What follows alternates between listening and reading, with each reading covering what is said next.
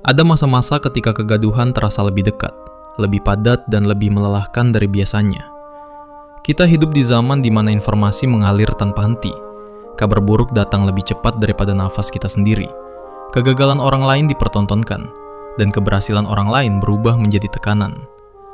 Kita cemas akan masa depan, marah pada keadaan, takut kehilangan, dan diam-diam lelah, bahkan ketika tidak melakukan apa-apa. Manusia modern memiliki lebih banyak kenyamanan dibanding generasi manapun sebelumnya, tetapi justru ketenangan terasa semakin langka. Di tengah dunia yang tak bisa kita kendalikan sepenuhnya, muncul satu pertanyaan sederhana namun menohok, yaitu, bagaimana cara hidup tenang di dunia yang kacau? Pertanyaan ini bukan milik zaman kita saja. Bahkan ribuan tahun lalu, manusia menghadapi ketidakpastian yang sama. Perang, kehancuran, kehilangan, dan rasa tak berdaya di hadapan nasib. Dari kegelisahan itulah lahir sebuah cara berpikir, bukan untuk melarikan diri dari dunia, bukan pula untuk menguasainya, melainkan untuk berdamai dengannya. Filsafat ini tidak menjanjikan kebahagiaan instan.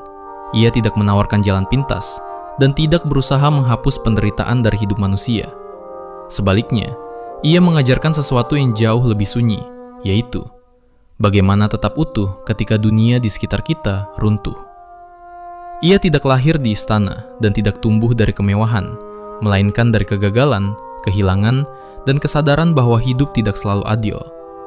Nama filsafat itu adalah Stoikisme, sebuah cara pandang tentang ketenangan, tentang kendali diri, dan tentang menerima kenyataan tanpa menjadi lemah karenanya. Untuk memahami Stoikisme, kita harus kembali ke masa ketika dunia lama runtuh dan manusia dipaksa mencari pegangan baru. Sebuah masa ketika kekacauan justru melahirkan kebijaksanaan, dan kisah itu dimulai dari runtuhnya dunia Yunani.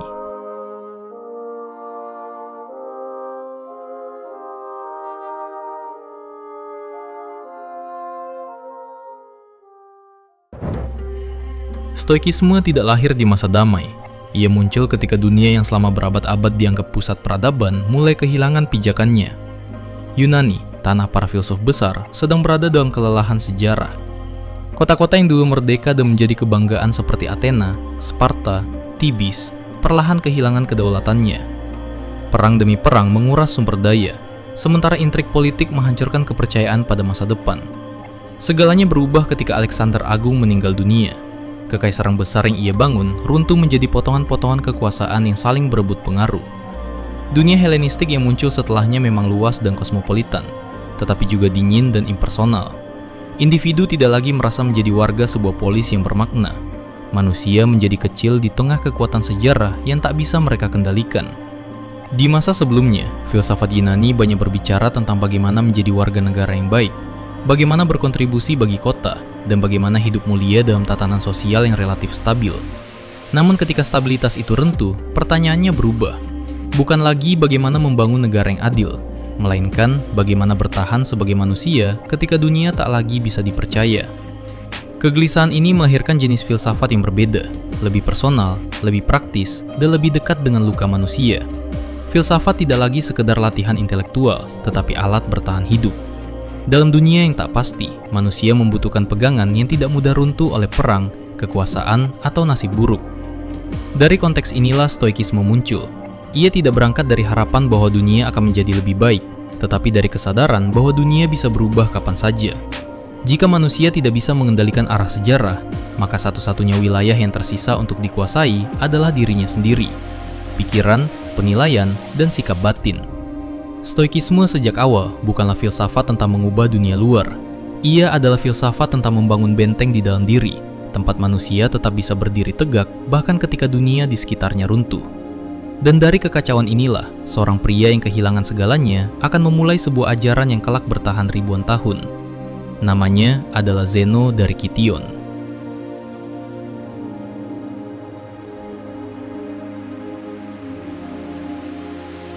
Zeno bukanlah seorang bangsawan, bukan pula cendekiawan yang sejak muda hidup di pusat intelektual Yunani. Ia lahir di Kition, sebuah kota pelabuhan di Siprus, dan menjalani hidup sebagai pedagang. Kehidupannya sederhana, terukur, dan tampak menjanjikan, hingga satu peristiwa mengubah segalanya. Kapal yang ia tumpangi karam. Seluruh harta yang ia miliki lenyap dalam sekejap, ditelan laut tanpa peringatan. Bagi banyak orang, kehilangan seperti itu adalah akhir. Namun bagi Zeno, justru di titik terendah itulah hidupnya benar-benar dimulai. Ia tiba di Athena bukan sebagai orang sukses, melainkan sebagai manusia yang telah kehilangan segalanya. Tanpa kekayaan, tanpa kepastian masa depan, dan tanpa ilusi bahwa dunia selalu adil. Di Athena, Zeno menemukan pelipur lara yang tak biasa, yaitu buku. Ia membaca kisah Socrates, seorang filsuf yang tetap tenang bahkan saat menghadapi kematian. Dari sana, Zeno mulai berguru kepada berbagai aliran filsafat, sinik, Megarian, dan Platonik. Namun ia tidak pernah sepenuhnya puas. Sebagian ajaran terlalu keras, sebagian terlalu abstrak, dan sebagian lagi terasa jauh dari realitas hidup sehari-hari. Zeno tidak mencari filsafat yang indah di atas kertas. Ia mencari cara hidup yang bisa bertahan saat nasib berubah kejam. Dari pencarian itulah, ia mulai merumuskan pemikirannya sendiri. Ia mengajar bukan di ruang tertutup atau akademi elit, melainkan di Stoa Poikile, serambi berlukis di pusat kota Athena, tempat orang berlalu lalang. Di sanalah Stoikisme mendapatkan namanya. Pilihan tempat itu bukan kebetulan. Stoikisme sejak awal ditujukan untuk kehidupan nyata, bukan untuk menara gading intelektual. Ia berbicara kepada pedagang, prajurit, budak, dan warga biasa, kepada siapapun yang hidupnya bersentuhan langsung dengan ketidakpastian. Zeno mengajarkan satu hal yang radikal pada zamannya, bahwa kebahagiaan tidak bergantung pada apa yang kita miliki, melainkan pada bagaimana kita menilai apa yang terjadi pada kita.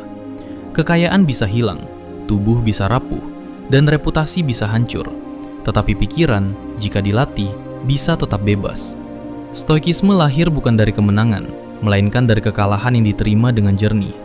Dari seorang manusia yang telah kehilangan segalanya, muncul sebuah filsafat yang mengajarkan bagaimana tidak kehilangan diri sendiri.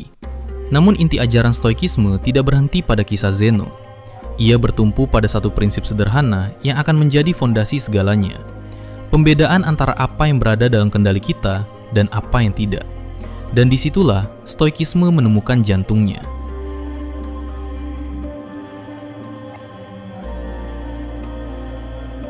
Di tengah seluruh ajaran Stoikisme, ada satu prinsip yang menjadi fondasi segalanya.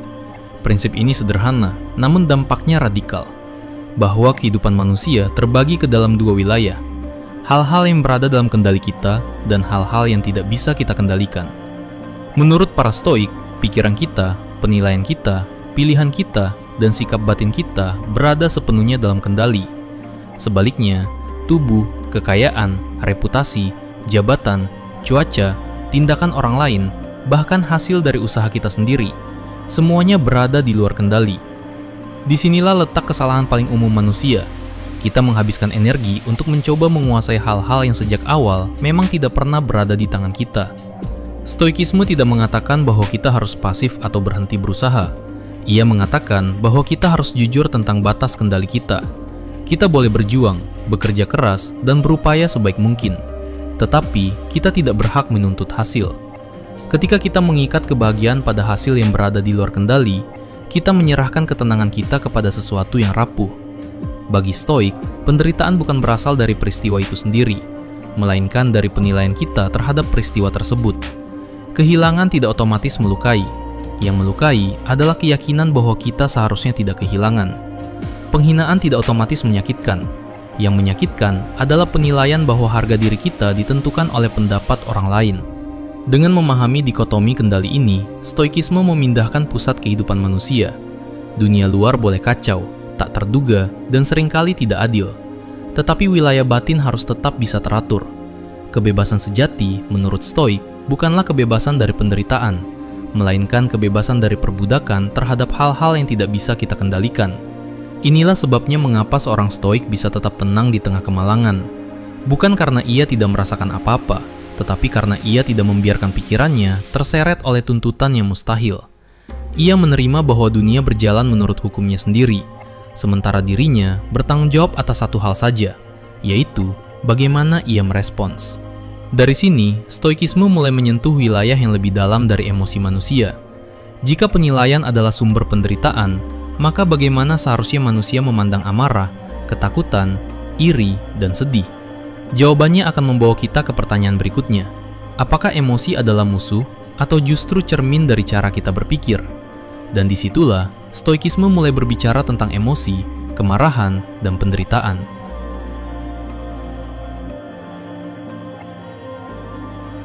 Banyak orang mengira Stoikisme mengajarkan manusia untuk menjadi dingin, mati rasa, dan tidak memiliki emosi. Anggapan ini keliru. Para Stoik tidak memusuhi emosi. Mereka memusuhi emosi yang mengambil alih kendali atas pikiran. Bagi Stoik, emosi bukanlah musuh, melainkan sinyal, cermin dari cara kita menilai dunia.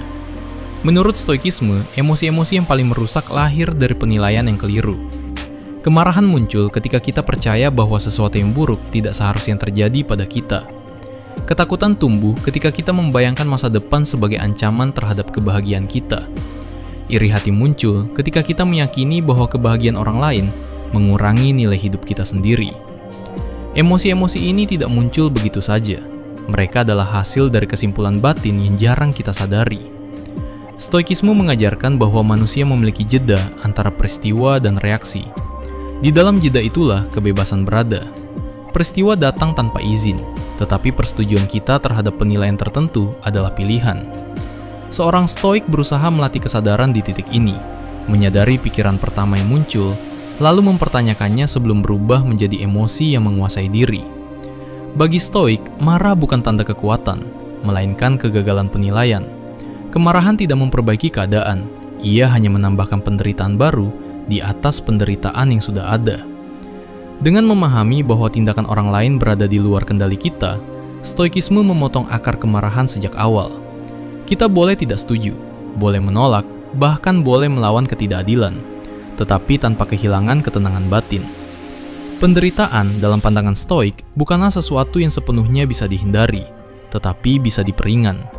Rasa sakit fisik mungkin tak terelakkan, tetapi penderitaan mental, penolakan, keluhan, dan perlawanan batin terhadap kenyataan adalah pilihan. Ketika manusia berhenti menuntut dunia untuk sesuai dengan harapannya, beban penderitaan mulai berkurang. Stoikisme tidak menjanjikan kehidupan tanpa emosi. Ia menawarkan kehidupan dengan emosi yang tidak berkuasa penuh.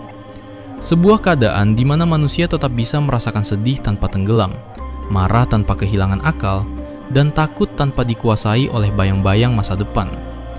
Namun jika emosi bisa dikelola melalui penilaian, maka muncul pertanyaan yang lebih besar, yaitu, jika dunia tidak selalu adil dan sering menyakitkan, lalu bagaimana Stoikisme memandang takdir itu sendiri? Jawaban Stoik terhadap pertanyaan itu akan membawa kita pada konsep yang paling dalam dan sering disalahpahami, yaitu hidup selaras dengan alam dan menerima takdir.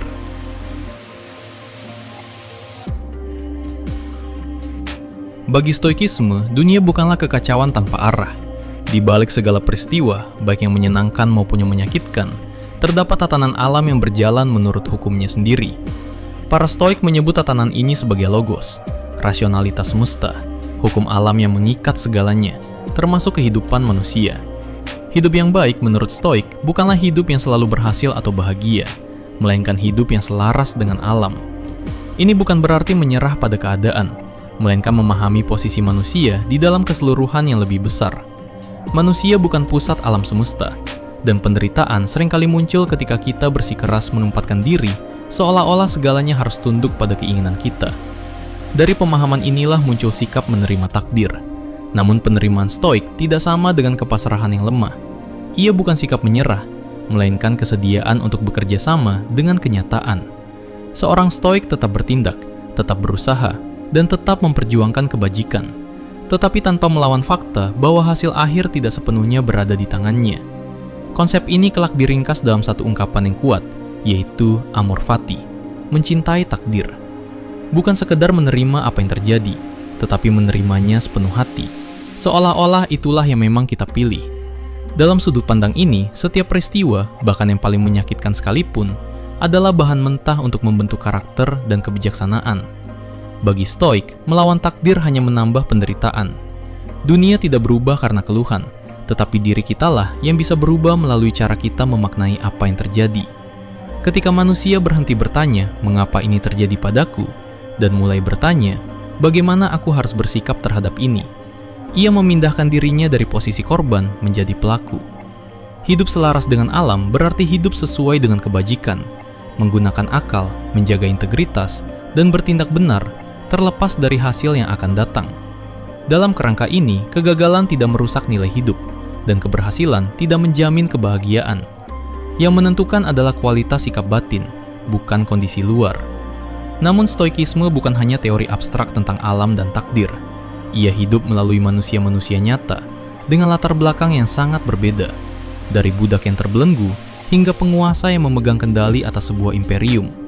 Dan melalui merekalah, stoikisme menunjukkan bahwa kebebasan batin tidak mengenal status sosial. Salah satu kekuatan terbesar stoikisme adalah kemampuannya menembus batas status sosial. Filsafat ini tidak hanya hidup di ruang diskusi, tetapi dipraktikkan oleh mereka yang berada di posisi paling bawah hingga paling atas dalam struktur kekuasaan. Dari seorang budak, seorang negarawan, hingga seorang kaisar, stoikisme memberi bahasa yang sama untuk menghadapi hidup. Epictetus adalah contoh paling ekstrim. Ia lahir sebagai budak, tanpa kebebasan fisik, tanpa hak menentukan nasibnya sendiri.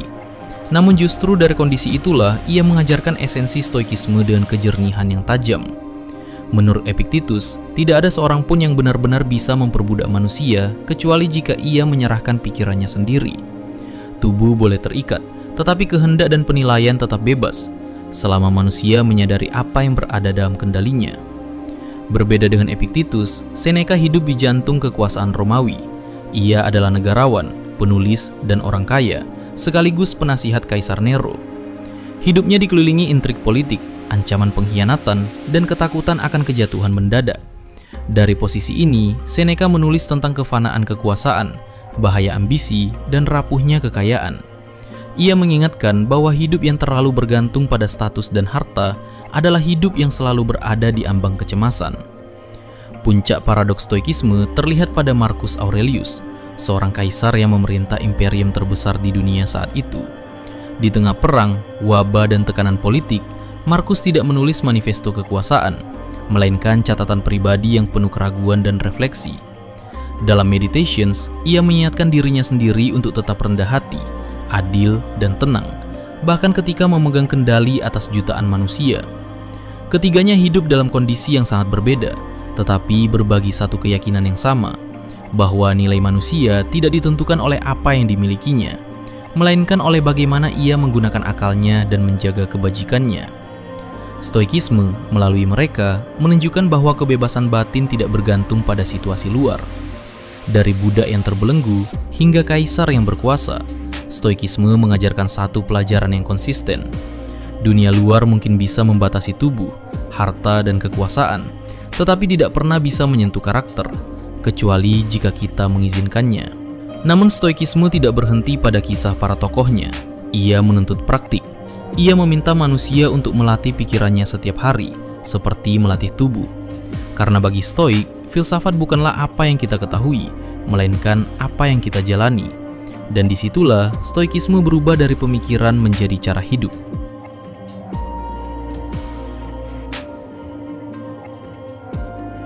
Bagi para stoik, filsafat bukanlah kumpulan teori untuk diperdebatkan, melainkan latihan batin yang harus dijalani setiap hari. Pengetahuan tanpa praktik dianggap sia-sia. Tujuan stoikisme bukan untuk membuat manusia pandai berbicara, tetapi untuk membuatnya tangguh menghadapi hidup. Salah satu latihan paling terkenal adalah membayangkan kemungkinan terburuk, negative visualization. Bukan untuk menakuti diri sendiri, melainkan untuk melatih kesiapan mental. Dengan membayangkan kehilangan, kegagalan, atau perubahan mendadak, manusia belajar untuk tidak menggantungkan ketenangannya pada hal-hal yang rapuh. Ketika kenyataan benar-benar menyakitkan, batin tidak sepenuhnya terkejut. Latihan lain yang penting adalah memento mori, mengingat kematian. Bagi stoik, kesadaran akan kefanaan bukan sumber keputusasaan, melainkan penjernih hidup. Dengan mengingat bahwa waktu terbatas, manusia didorong untuk hidup lebih sadar, lebih jujur, dan lebih bertanggung jawab atas setiap tindakannya. Kematian dalam stoikisme bukan musuh, melainkan pengingat akan nilai saat ini. Para stoik juga melatih diri melalui kesederhanaan hidup. Mereka sengaja membiasakan diri pada kenyamanan minimal, bukan karena membenci kenikmatan, tetapi agar tidak menjadi budaknya. Dengan membuktikan bahwa diri mereka tetap utuh tanpa kemewahan, mereka memperoleh kebebasan batin yang lebih besar ketika kenyamanan itu benar-benar hilang. Latihan yang paling sunyi namun paling konsisten adalah refleksi diri. Marcus Aurelius menulis bukan untuk publik, melainkan untuk mengingatkan dirinya sendiri agar tidak terseret oleh ego, kemarahan, dan kelelahan moral. Melalui refleksi harian, seorang stoik menilai tindakannya. Apakah hari ini aku hidup selaras dengan nilai yang kuanggap benar? Latihan-latihan ini menunjukkan satu hal penting. Stoikisme tidak menuntut manusia menjadi sempurna, melainkan menjadi sadar. Kesalahan tidak dihindari, tetapi dipelajari. Kelemahan tidak disangkal, tetapi dihadapi dengan jujur. Perlahan, melalui latihan batin, manusia membangun ketenangan yang tidak bergantung pada keadaan luar. Namun dunia terus berubah, zaman berganti, dan pertanyaannya kini bukan lagi apakah stoikisme relevan di masa lalu, melainkan apakah filsafat ini masih memiliki tempat di dunia modern yang serba cepat, bising, dan penuh tekanan.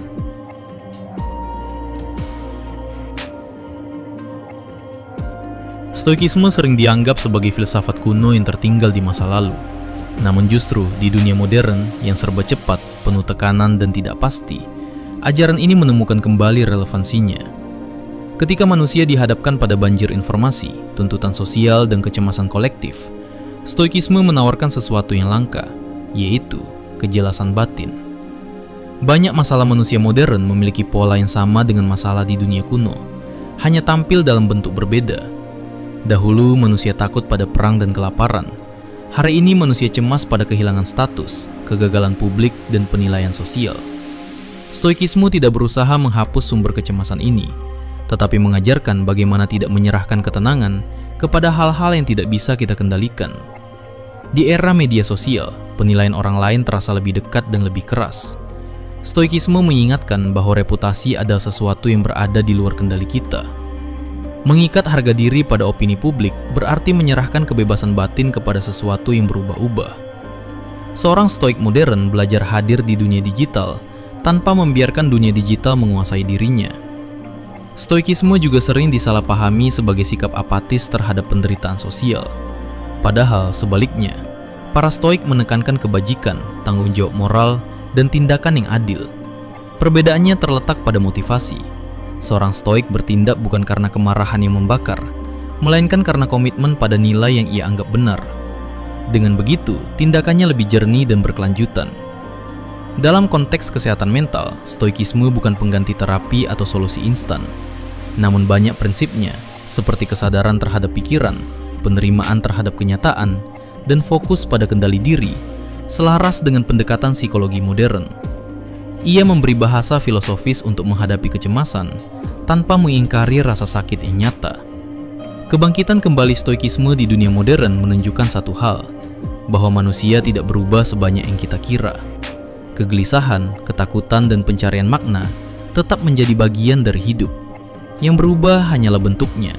Dan ketika dunia terasa terlalu bising, ajaran stoikisme mengajak manusia untuk kembali ke satu tempat yang paling sunyi, sekaligus paling kuat. Kini, setelah menelusuri asal-usul, prinsip, tokoh, dan praktik stoikisme, kita tiba di pertanyaan terakhir. Apa yang sebenarnya ditawarkan filsafat ini kepada manusia yang hidup hari ini?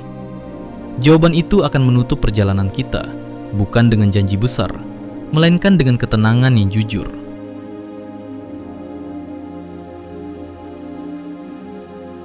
Stoikisme tidak menjanjikan hidup tanpa luka. Ia tidak mengklaim mampu membuat manusia kebal terhadap kehilangan, kegagalan, atau kesedihan. Dunia tetap berjalan dengan caranya sendiri, kadang adil, seringkali tidak. Yang ditawarkan stoikisme bukanlah pelarian dari kenyataan, melainkan cara berdiri tegak di hadapannya. Seorang stoik tidak hidup tanpa rasa sakit. Ia hidup dengan kesadaran bahwa rasa sakit adalah bagian dari pengalaman manusia. Perbedaannya terletak pada satu hal. Ia tidak membiarkan penderitaan mendefinisikan dirinya.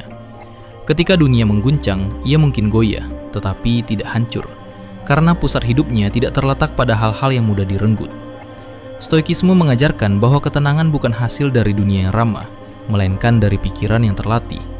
Kita tidak bisa memilih semua yang terjadi pada kita, tetapi kita selalu bisa memilih bagaimana kita menilai dan meresponsnya. Di sanalah kebebasan sejati berada, bukan di luar diri, melainkan di dalam. Dalam dunia yang terus menuntut, membandingkan, dan menghakimi, stoikisme mengingatkan manusia akan satu tanggung jawab yang paling mendasar, menjaga integritas batin. Hidup mungkin tidak menjadi lebih mudah, tetapi menjadi lebih jujur. Tidak selalu bahagia, tetapi lebih stabil. Tidak kebal, tetapi utuh. Dan mungkin di tengah dunia yang semakin bising, ketenangan bukan lagi soal menemukan tempat yang aman, melainkan membangun ruang di dalam diri. Tempat di mana kita tidak lagi diperbudak oleh apa yang tidak bisa kita kendalikan. Itulah warisan stoikisme, bukan sebagai jawaban atas segalanya, melainkan sebagai pegangan agar manusia tetap manusia di dunia yang tak selalu ramah.